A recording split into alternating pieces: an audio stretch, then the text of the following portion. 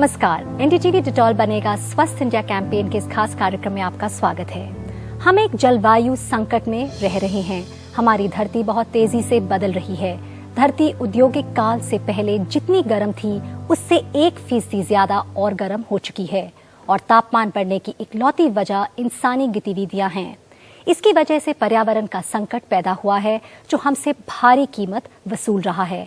साल 2000 से धरती अब तक कई गर्म दिन देख चुकी है। समुद्र का स्तर भी बढ़ रहा है। इस जलवायु संकट का असर हमारी सेहत पर भी पड़ा है। कोविड-19 के बीच COP26 जो ये समिट हुआ, दुनिया को बचाने के लिए कई जरूरी प्रस्ताव सामने लाया है। ये महसूस किया जा रहा है कि फौरन इस मामले में कार्रवाई की जरूरत है। भारत ने साल 2070 तक कार्बन उत्सर्जन के मामले में नेट जीरो की शपथ ली है, लेकिन दुनिया के विकसित देशों ने जो वादे किए थे वे अब तक पूरे नहीं हुए हैं। लेकिन अभी के वादे पूरे हो भी जाएं, तभी भी धरती का तापमान 2 डिग्री सेल्सियस ज्यादा रहेगा। काफी कुछ किए जाने की जरूरत है। तो आज हम ये जानने की कोशिश करेंगे कि ये पर्यावरण संकट हमें किस तरह प्रभावित कर रहा है और इससे बचने के क्या उपाय हैं। हमारे साथ आज जुड़ रहे हैं Dia Mirza, actor, producer, UNEP goodwill ambassador, UN secretary general advocate for sustainable development goals और global ambassador IFAW, doctor Ruchi Pant, chief climate change और biodiversity, united nation development programme, Mridula Paul, lawyer, environmental policy specialist, post graduate researcher, university of Northumbria, वो Ashoka trust for research for ecology में भी वो थे। विद्युत मोहन, को founder और CEO हैं टकाचर के। हाल ही में उन्होंने इनॉग्रल एडिशन जो अर्थशॉट प्राइज है उसमें एक खिताब जीता है। आप सबका बहुत बहुत धन्यवाद आज हमारे साथ जुड़ने के लिए। सबसे पहले मैं दिया आपसे एक सवाल पूछना चाहूंगी। बदलाव के लिए, चेंज के लिए आप एक कमिटेड वॉइस हैं। आपने सालों से कंट्रीब्यूशन किया है। अगर हम सोशल चेंज की बात करें, कंजर्वेशन की बात करें, एनवायरनमेंट की बात करें, और हमें यह भी पता है कि क्लाइमेट चेंज हो रहा है, रियल है और हम हर एक आदमी पर इम्पैक्ट है। कितना जरूरी है कि हम क्लाइमेट चेंज पर एक्शन लें और उस पर एक्ट करें? सबके जिंदगी को असर करने वाली चीज है। हमारे पास समय नहीं है, जिनके पास कुछ नहीं है वो और भी उनके पास चीजें कम होती जाएंगी अगर हम सब मिलकर क्लाइमेट पर एक्ट नहीं करेंगे। डॉक्टर पंत, भारत ने G20 कंट्रीज की जो ये नेट जीरो कमिटमेंट है 2070 तक टारगेट ईयर जो है ज्वाइन किया है, और हमारे जो प्रधानमंत्री है श्री नरेंद्र मोदी ने एक प्लान लेआउट किया था ग्लासगो में COP26 समिट में कि क्लाइमेट एक्शन पर। आपका क्या कहना है? क्या ये प्लान रियलिस्टिक है? क्या हम इस टारगेट तक पहुंच सकेंगे? सबसे पहले समझते हैं कि नेट जीरो क्या है। नेट जीरो इमिशंस का मतलब है कि जितना कार्बन हम वातावरण में छोड़ रहे हैं उतना ही कार्बन हमें वापस एब्जॉर्ब करना है। हमारे माननीय प्रधानमंत्री ने हाल ही में ग्लासगो की COP26 बैठक में भारत के 2070 तक कार्बन न्यूट्रल बनने की घोषणा की है और मेरा मानना है कि यह टारगेट अचीवेबल है। पिछले कुछ वर्षों में, खासकर कि 2015 के पेरिस एग्रीमेंट के बाद, भारत ने क्लियर एक्शन प्लान बनाया है और सरकार उस पर निरंतर काम कर रही है। UNDP ने भी भारत सरकार को कुछ परियोजनाएं लागू करने में सहयोग प्रदान किया है, जिससे लो एंड मीडियम टेम्परेचर एप्लीकेशंस के लिए सोलर मार्केट 3 से 5 गुना बढ़ी है। क्लाइमेट चेंज एक ग्लोबल समस्या है और इसके लिए अंतर्राष्ट्रीय लेवल पर सहयोग की आवश्यकता है। एक इमर्जिंग ग्लोबल पावर के रूप में भारत ने 2 प्रमुख अंतर्राष्ट्रीय संस्थानों की स्थापना भी की है और उसके संचालन में अहम भूमिका निभा रहे हैं। ये 2 संस्थाएं हैं इंटरनेशनल सोलर अलायंस और coalition for disaster resilient infrastructure. Mridula, कोविड-19 हमें कहीं ना कहीं ये याद दिलाता है कि हमारा जो रिलेशनशिप है नेचर के साथ है टूटा हुआ है। हमने नेचर का ख्याल नहीं रखा। ये बैलेंस हम सब के लिए बहुत जरूरी है। कितना जरूरी है कि हम ये लिंक रियलाइज करें कि एनवायरनमेंट और सेहत के साथ एक बहुत इंपॉर्टेंट कनेक्शन है।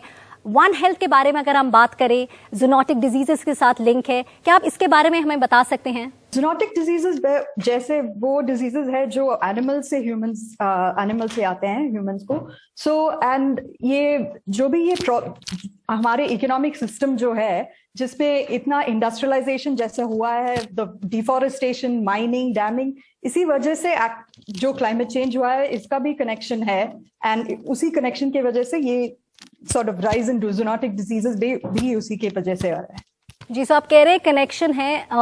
विद्युत, अगर हम बात करें इनोवेशंस की, जैसे आप ये जो टक्काचर है अर्थशॉट प्राइज जीता है क्लीन और एयर कैटेगरी में, और एक ये पोटेंशियल सोल्यूशन हो सकता है दो चीज़ों के लिए। एक है जो एयर पोल्यूशन को कम करेगा और साथ साथ हम रीयूज कर सकते हैं एग्रीकल्चरल वेस्ट को फ्यूल में। आपने ऐसा इस आइडिया आपको कहाँ से आया और आपको लगता है क्या ऐसे सोल्यूशंस की कितनी ज़रूरत है? तो हमारा जो सोल्यूशन है वो डायरेक्ट फार्मर्स के साथ मिलकर है, जिसमें फार्मर्स के जो एग्रीकल्चरल वेस्ट होते हैं या फॉरेस्ट वेस्ट होते हैं वो हमारे मशीन में यूज होके वैल्यूएबल प्रोडक्ट्स बन सकते हैं, जैसे फर्टिलाइजर हो गया, फ्यूल हो गया। इसके कई सारे मल्टी डायमेंशनल इम्पैक्ट्स हैं। फार्मर इनकम इससे बढ़ सकती है और इससे एयर पोल्यूशन घट सकता है, और उसके साथ साथ कार्बन एमिशंस जो हैं उसको हम प्रिवेंट भी कर सकते हैं और सिक्वेस्टर भी कर सकते हैं। सो इसके कई सारे इम्पैक्ट्स हैं और इसकी वजह से हम इस पे काम करने लगे। और ऐसे टाइप के सॉल्यूशंस की बहुत ज़रूरत है जो डायरेक्टली कम्युनिटीज के साथ काम करे इंडिया में, बिकॉज इंडिया का यूनिक चैलेंज है कि हमें नॉट ओनली हमें क्लाइमेट चेंज को ध्यान में रखना है और उसको एड्रेस करना है, लेकिन लोगों को हमें इनकम भी क्रिएट करना है। Country needs to become richer, so हमें ऐसे सोल्यूशन सोचने की जरूरत है जो ऐसे मल्टी डायमेंशनल इम्पैक्ट्स के साथ डिप्लॉय हो सके। मृदुला, कोविड-19 पैंडेमिक ने ये जरूर एक्सपोज किया है कि गैप है ग्लोबल क्लाइमेट एक्शन में, लेकिन जो ये पैंडेमिक आया है ये बस एक है, मतलब ऐसे हजारों जूनोटिक पैथोजेंस है जो हमारे ह्यूमन पॉपुलेशन में आ सकते हैं। और ये भी है क्योंकि हमारा जो रिलेशनशिप है प्रकृति के साथ वो कहीं ना कहीं अनसस्टेनेबल है और हमारी काफी गलतियां हैं। क्या क्लाइमेट चेंज इम्पैक्ट करता है जूनोटिक डिजीजेस पर, या कहीं ना कहीं कुछ कनेक्शन है?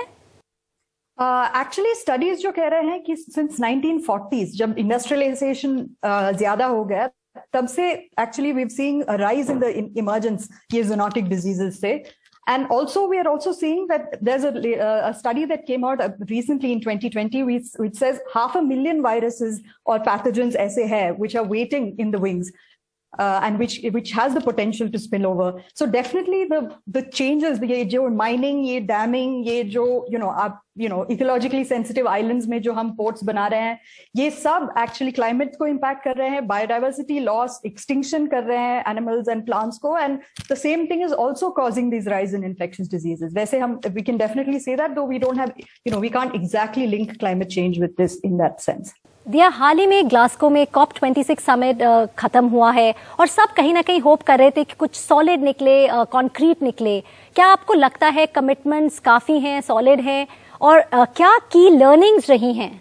आई थिंक मेरे लिए सबसे जरूरी बात ये रही जब मैं COP26 और ग्लासगो को फॉलो कर रही थी, वो ये है कि जो युवा पीढ़ी है हमारे देश की और पूरे दुनिया की, उनकी जानकारी, उनकी समझ, उनके सवाल, उनका जो उन्होंने हर मुद्दे पर बहुत सही तरीके से, बहुत ही अच्छे से सवाल उठाए, और ये सबसे ज्यादा मेरे लिए पर्सनली जरूरी था, क्योंकि अनफॉर्चुनेटली जो प्रकृति का हमने जो संतुलन बिगाड़ दिया है वो कुछ चंद लोगों ने बिगाड़ा है, कुछ चंद देशों ने बिगाड़ा है। और जो काम करने का नजरिया है, जो इकोनॉमीज खड़ा करने का तरीका है, उसको हमें बदलने के लिए ये जो युवा पीढ़ी है, उनकी जो एनर्जी है, उनके जो सॉल्यूशंस है, इनोवेशंस है, वो बहुत जरूरी है, और उनसे जो बनता प्रेशर है वो सबसे ज्यादा जरूरी है। ऑल्सो आई थिंक हम सबको जो एक इंडिविजुअल लेवल पे चेंजेस लाने हैं, वो चेंजेस लाने में भी हम इंस्पायर हों। आई थिंक सबसे इम्पोर्टेंट बात ये है, चाहे वो COP26 हो या COP27 हो, हमारी कोशिश यही बनी रहनी चाहिए कि whether politicians and governments change or not, we have to change as individuals and demand the change from our leaders that is required.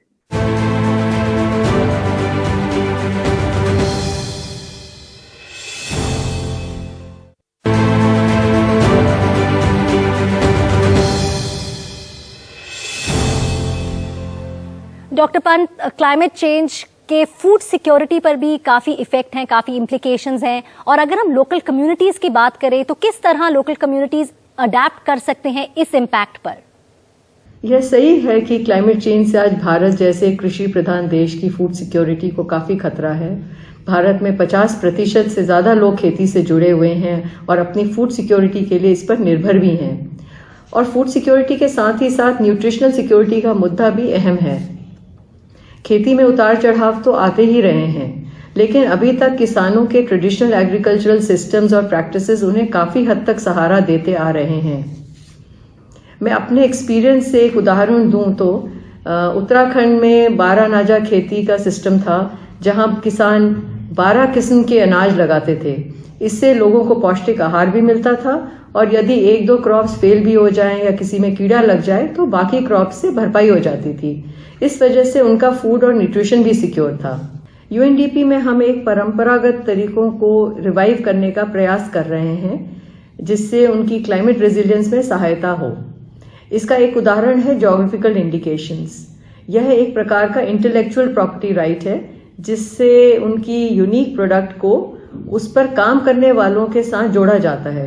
उदाहरण के लिए दार्जिलिंग चाय, उसको भी एक जीआई टैग मिला हुआ है, यानी कि केवल दार्जिलिंग में उगने वाली चाय को ही दार्जिलिंग टी के नाम से बेचा जा सकता है।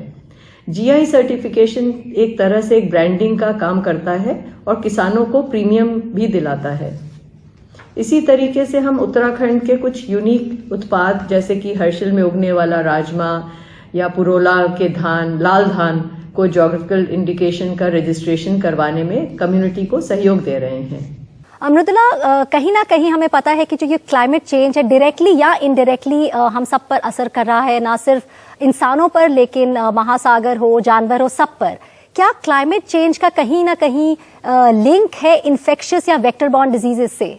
यस, इसीलिए इसी की वजह से वी कम अप नॉट ये कॉन्सेप्ट जो है वन हेल्थ का, कि human health can not be looked at isolation में नहीं देख सकते। ह्यूमन हेल्थ एनवायरमेंट के हेल्थ से कनेक्टेड है, एनिमल हेल्थ से कनेक्टेड है, both domestic animals and wild animals. So yes, definitely all of this is connected and any one thing हम जब डिग्रेड कर रहे हैं, it definitely has impacts. And it definitely has. So studies have also showed there's a disease called Kyasanur forest disease, जो Western Ghats में है, and वो उसके the studies have showed us that deforestation and plantation, commercial plantation से linked है the rise in this particular disease. So we have small scale examples उसके से. दिया, हमें पता है क्लाइमेट चेंज हो रहा है and it's for real और बहुत जल्दी हम इसके consequences देख रहे हैं और हेल्थ पर इसका काफी असर है. आप हाल ही में एक माँ बने हैं और पेरेंट्स के तौर पर हमारी ये रिस्पॉन्सिबिलिटी बनती है कि अपने बच्चों की तरफ तक कि हम उनको एटलीस्ट ये तो हम उनका देख सके, उनके लिए कुछ अच्छा छोड़ के जाएं. अगर हम सोचें हम अपनी फ्यूचर जनरेशंस के लिए किस तरह की धरती छोड़ के जा रहे हैं? आई थिंक ये बिल्कुल, और सिर्फ सोचने की नहीं, इस पर हमको एक्शंस लेने होंगे. आई थिंक ये समझना बहुत जरूरी है कि जब हम अपने बच्चों को इस दुनिया में लेकर आते हैं तो हमारी उम्मीद यही रहती है कि वो स्वस्थ रहें, खुशहाल रहें और उनकी जिंदगी अच्छी हो, अच्छी कटे. और जब हम क्लाइमेट क्राइसिस की बात करें तो it basically unfortunately climate crisis की वजह से ये जो सारी चीजें हैं जो हम हमारे बच्चों के लिए चाहते हैं वो इन चीजों को नहीं अफोर्ड करता. Right, it doesn't guarantee our children these things. तो जब हम एयर पोल्यूशन की बात करें या जल, वायु, हर प्रदूषण की बात करें, जब हम इंडिविजुअल लेवल पर चेंजेस लाएंगे और गवर्नमेंट्स को कंपेल करेंगे वो चेंजेस लाने के लिए, तो फिर ही हम अपने बच्चों के लिए एक लिवेबल प्लैनेट बनाएंगे. राइट, हम सब चाहते हैं कि पृथ्वी माँ जो है उसकी रक्षा हो जाए ताकि हमारे बच्चों का जो फ्यूचर है वो सेफ हो. विद्युत, हाल ही में ग्लासगो में बराक ओबामा ने जो यूथ है, जो युवा पीढ़ी है, उन्हें कहा कि आप एंग्री रहिए, गुस्से में रहिए और इस लड़ाई जो क्लाइमेट एक्शन के अगेंस्ट है लड़ते रहें. आप अगर यूथ एंगेजमेंट के बारे अगर हम बात करें, आप वहां थे, क्या रोल युवा पीढ़ी प्ले कर सकती है? आई थिंक यूथ का बहुत बड़ा रोल है इसमें, और मैं ये कहना चाहूँगा कि ऑफ कोर्स एंग्री होना ज़रूरी है और दूसरे लोगों को अकाउंटेबल होल्ड करना ज़रूरी है, पर्टिकुलरली एनफोर्समेंट एजेंसीज को और गवर्नमेंट्स को. बट उसके साथ साथ I think youth can play big role in action and driving change. Ground level पे, चाहे वो आपके खुद के ऑर्गेनाइजेशंस में हो या फिर आपकी यूनिवर्सिटीज में हो या आप खुद कुछ इनिशिएटिव स्टार्ट कर रहे हो, आई थिंक एक्शन लेना बहुत जरूरी है on the ground, and rather than waiting for someone else to do it for you. So I think the youth have the ability, उनको रिस्क लेने की एबिलिटी है, एंड उनको ये इनिशिएटिव्स ड्राइव करने चाहिए। जी, आई थिंक वो बहुत एक इम्पॉर्टेंट पॉइंट है और उस नोट पे हम एक ब्रेक लेंगे। Thank you so much doctor Pant, Mridula और विद्युत, आप हमारे शो में आए और हमारे साथ इतना कुछ शेयर किया। हमारे साथ जुड़ने के लिए बहुत बहुत धन्यवाद। वक्त है एक छोटे से ब्रेक का। ब्रेक के बाद हम जल्दी हाजिर होंगे।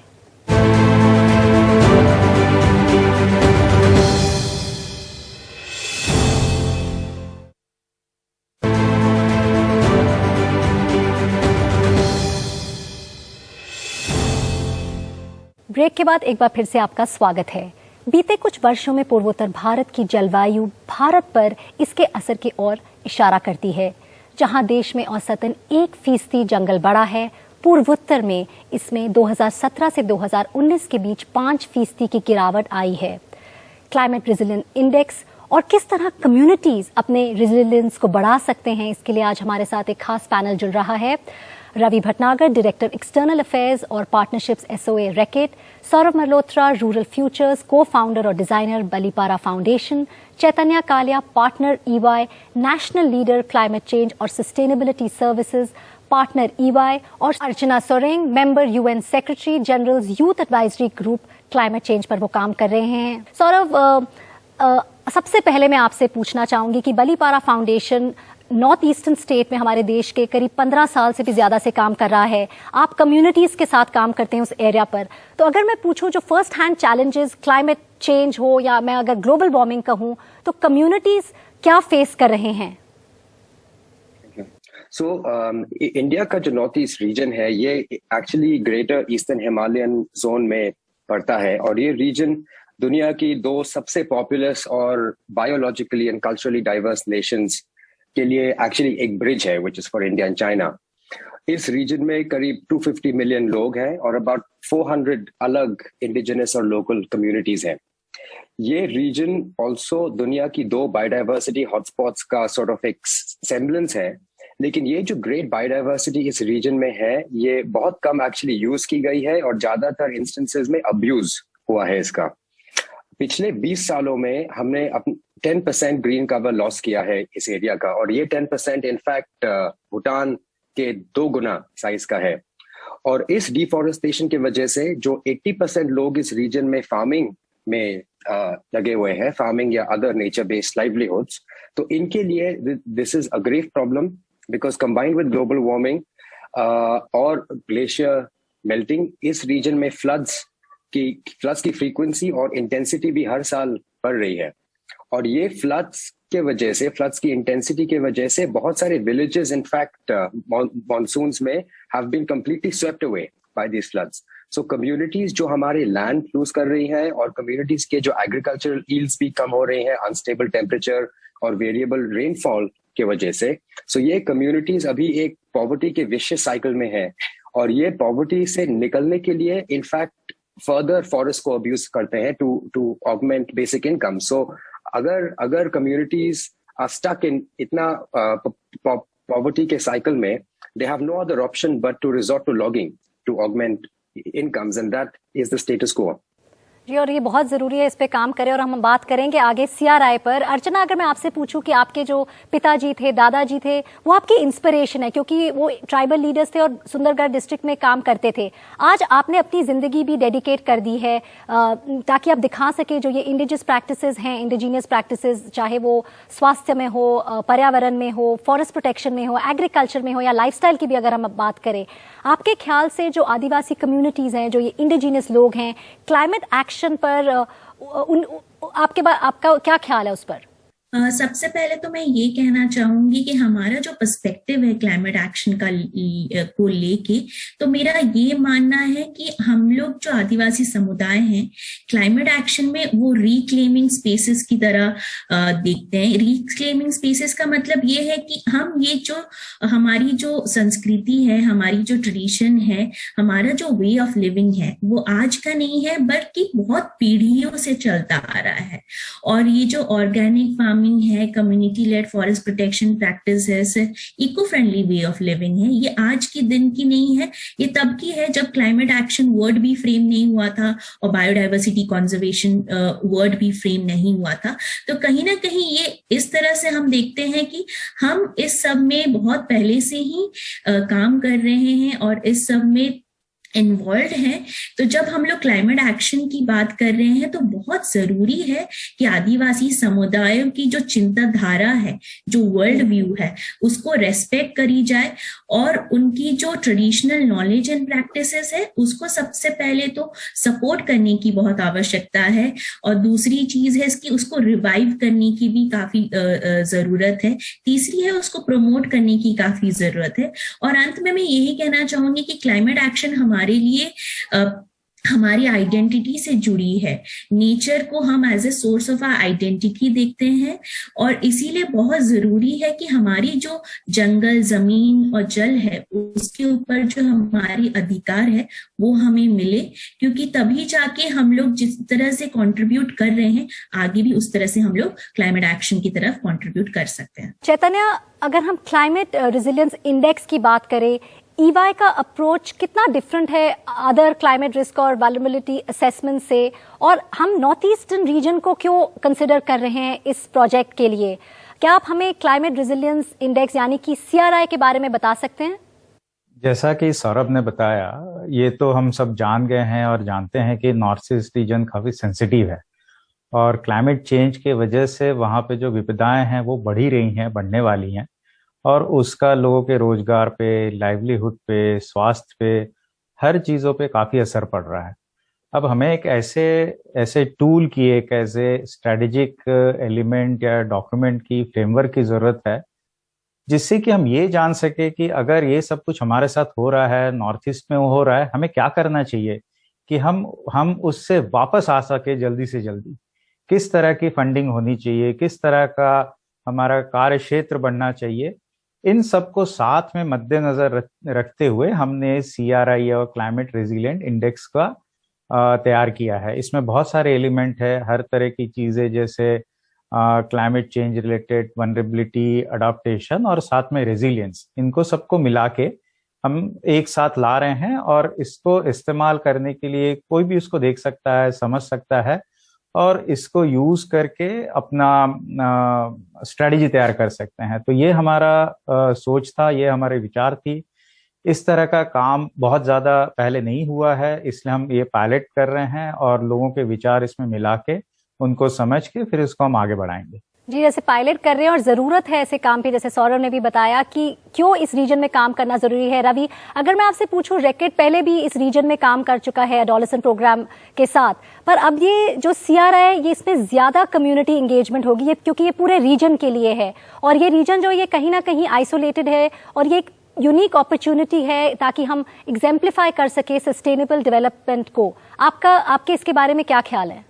Thank you so much Ambika. मैं सबसे पहले NDTV और डिटॉल दोनों की टीम्स को धन्यवाद देता हूं कि दोनों टीम्स ने मुझे आज क्लाइमेट रेजिलियंस इंडेक्स के बारे में बात करने के लिए एक मौका दिया।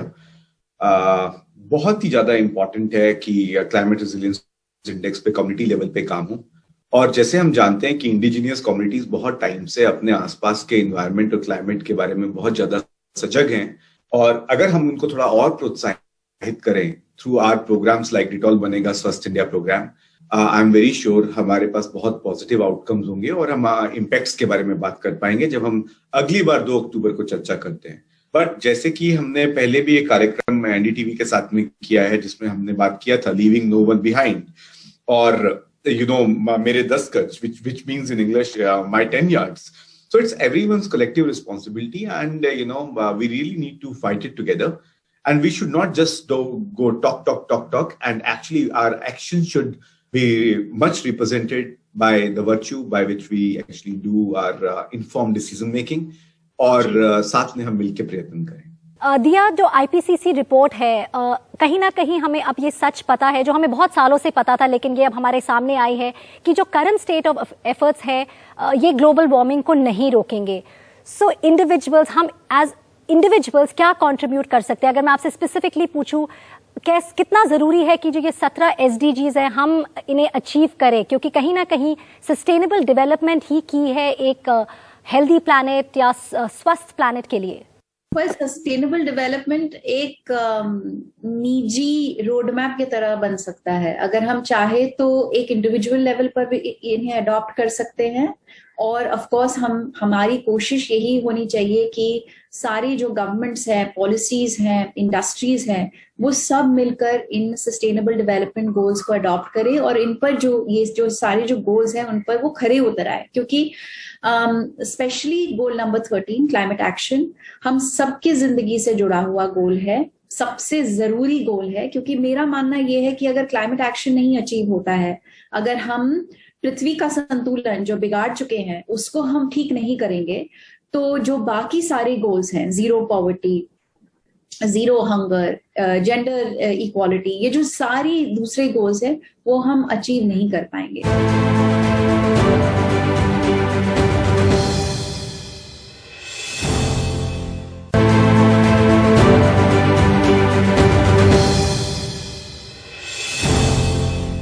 चैतन्य, अगर हम बात करें लॉन्ग टर्म ऑब्जेक्टिव्स की, क्लाइमेट रेजिलिएंट इंडेक्स की, इसके बारे में आप हमें बताएंगे?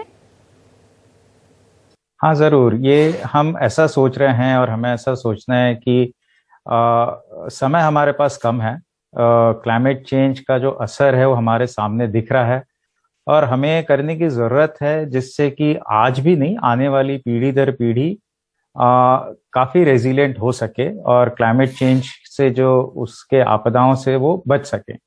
इसलिए हम ऐसा चाह रहे हैं। और अभी आपको पता है कि हमारे honourable prime minister Modi ji ने कमिटमेंट भी लिया है COP26 में कि इंडिया भी नेट जीरो की तरफ आगे बढ़ेगा। तो अब हमें सोचना पड़ेगा, इंडिया ऐसी कंट्री नहीं है जहाँ पे बहुत ज्यादा रिसोर्सेस हैं, बहुत ज्यादा पैसा है। इन सब चीजों में हो सकता है पैसे की भी हमें जरूरत पड़े, रिसोर्सेस की जरूरत पड़े, लोगों की जरूरत पड़े, डॉक्टर्स की जरूरत पड़े। तो हम ऐसा क्या करें, हम कहाँ पर अपने रिसोर्सेस लगाएं, ये एक बहुत बड़ा प्रश्न हमारे सामने आएगा। दूसरा, अगर हम कुछ रिसोर्सेस लगा रहे हैं तो फिर उसका क्या इम्पैक्ट हो रहा है, हम उसको कैसे देखेंगे, कैसे इवेल्युएट करेंगे। तो इन सब सारी चीजों से अगर हम एक फ्रेमवर्क बनाते हैं तो सारी चीजें हमारे सामने काफी अच्छे तरीके से समझ आएगी और इसको हम एक डॉक्यूमेंट हम बार बार यूज कर सकते हैं, इससे सीख ले सकते हैं, इसको मॉडिफाई कर सकते हैं। ये हमारा सोचना है और इस आज जो हम ये नींव डाल रहे हैं ये आने वाले समय में काफी फायदेमंद साबित होगी, ऐसा मेरा मानना है। जी सौरभ, जैसे चैतन्य जी बता रहे हैं कि फ्रेमवर्क पर हम काम कर रहे हैं, आप इस रीजन में 15 सालों से ज्यादा काम कर रहे हैं, आपको क्या लगता है कितना हेल्प करेगा ये जो CRI है, और खासकर क्योंकि उस रीजन में आप काम कर रहे हैं? सो इनफैक्ट इंडिया में एवरी स्टेट का एक क्लाइमेट चेंज का एक्शन प्लान है और ये हमारे NAPCC के अंडर है। और ये फ्रेमवर्क एक्चुअली इसका एम है to try and create resilience by increasing communities की अडेप्टेबिलिटी और ऑल्सो इकोसिस्टम और हैबिटेट्स की अडेप्टेबिलिटी। सो ये क्लाइमेट रेजिलियंस इंडेक्स के थ्रू बालीपाड़ा फाउंडेशन, रेकिट्स और ENY हम ये अंडरस्टैंड करने की कोशिश कर रहे हैं कि ये जो सारे मल्टी डिमेंशनल चैलेंजेस हैं रीजन में, हम इसको कैसे कंबाइन करके एक टॉप 3 होलिस्टिक सॉल्यूशंस निकालें फॉर द वेरियस स्टेट्स। और मैं आपको एक एग्जांपल देता हूं जो हम बालीपाड़ा फाउंडेशन में ऑलरेडी इम्प्लीमेंट कर रहे हैं।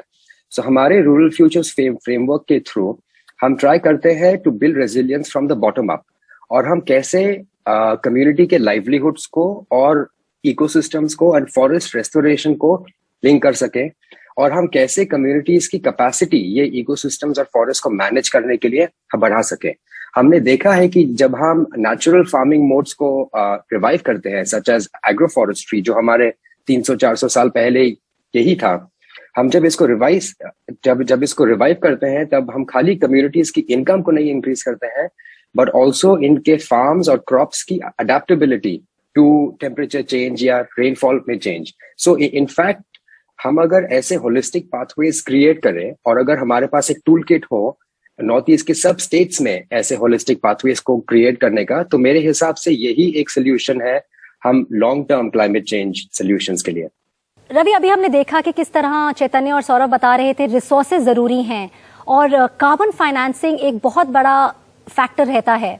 अगर हम बात करें, हमारे प्राइम मिनिस्टर नरेंद्र मोदी ने हाल ही में ग्लासगो में कहा कि किस तरह डेवलप कंट्रीज उतना काम नहीं कर रही हैं फंडिंग को लेके क्लाइमेट एक्शन के लिए।